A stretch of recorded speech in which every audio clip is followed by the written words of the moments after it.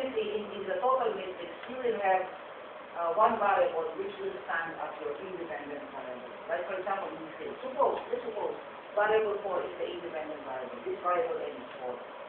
And forget about it. Right? So this is the model. The model now becomes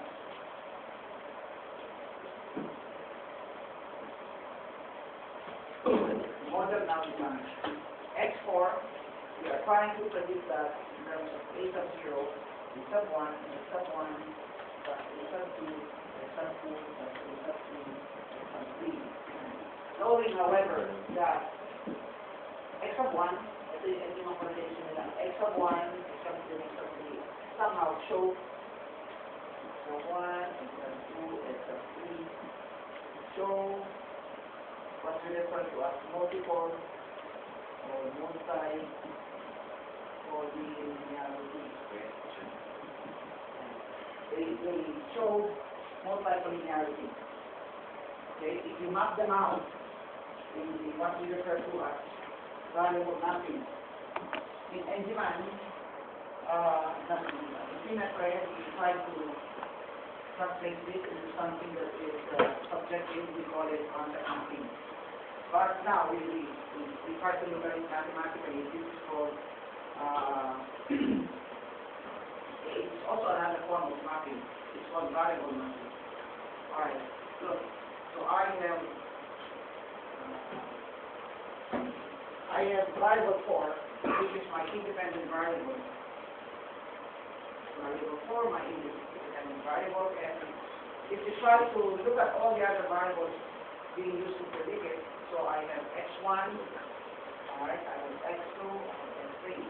So I have variable 1, variable 2, variable 3. Variable 1, variable 2, variable 3. The relationship between variable 4 and variable 1. Variable 1 and variable 4, we know is half A, 1, 4. The relationship between variable 2 and variable 4, we know is negative. Negative. The relationship between variable 1 and variable 3 and variable 4 is positive. Now, maliliit yung the correlations are rather small. That's why it's quite tempting to dump them all out. Kasi if you have a model, like for example, you have a model, variable 4 is equal to, let's say, alpha plus beta variable 1 alone. The correlation of this, the correlation of this is about 0.4. Diba?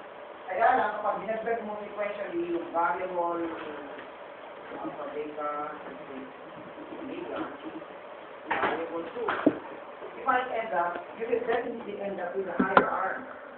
Higher R than what you were able to derive using the variable 1. Yung variable 1 lang. So, what seems to be wrong with that? While you will be seeing an increasing R, okay?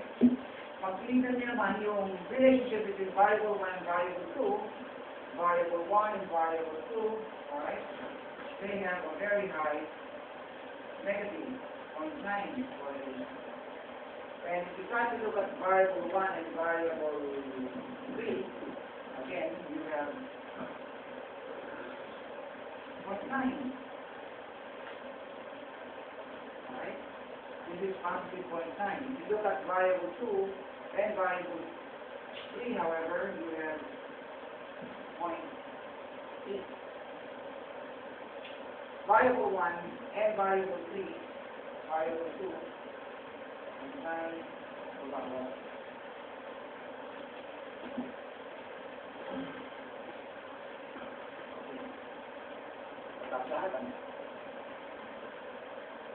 alright, now look. So, all of these somehow are related to one another. So, variable 1 and variable 2 by negative 0.9, variable 1, variable 3 by 0.9, variable 1, variable 2 to variable 3.8. Yan. So, ito ang pinakamaliit doon sa iba pang relationship. Meaning, if you try to look at this, three variables pairwise, you will see, a closer relationship between these two variables and these two variables than between these two variables. But if you try to look at the relationship between the independent variable in any of this, you will see a higher relationship for this. Alright? Okay, so now, having known that all of these are somehow collinear, somehow pare-pareho sila, variable 2, variable 3, are somehow collinear, then necessarily we can look at one, we can look at only one among these. Right? Ito kasi, if this and this are the same, so definitely this will be collapsed into only one variable. Right? This and these are the same, so this will be collapsed into one variable. Alright? Because this will be the difference into one variable.